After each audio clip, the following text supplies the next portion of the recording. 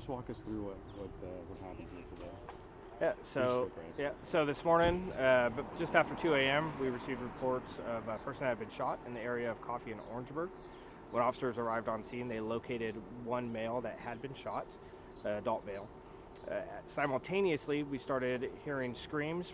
The officers on scene started hearing screams coming from a neighborhood just to the east in the area of Water Street and East Coolidge. At that same time, dispatch started receiving additional calls of women screaming, as well as the sound of shots fired just prior to our arrival. So when officers went over there to investigate it, they located another adult male that suffering from at least one gunshot wound on Water Street. Okay. How did we end up here today? So the investigators that were activated last night with our violent crimes unit have been working tirelessly throughout the night to identify just suspects, motives, what have you, just throughout the case. And their investigation led us to this address today where they conducted some follow-up investigation. Okay, and you said 4 people were detained? Yes, 4 people were detained here over on Tenaya. We are still trying to determine their level of involvement with this investigation. Okay. And you said one victim is deceased and the other one was taken to the hospital? Yes, so the male that was found on Water Street did succumb to his injuries.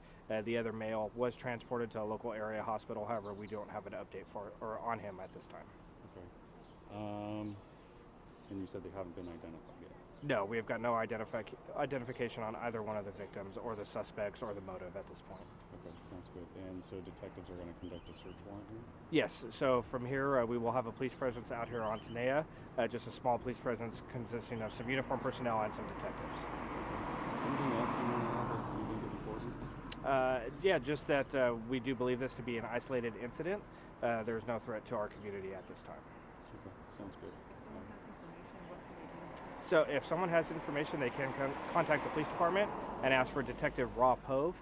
His number is on our social media post, or as always, they can contact Crime Stoppers and remain anonymous. Good. Okay?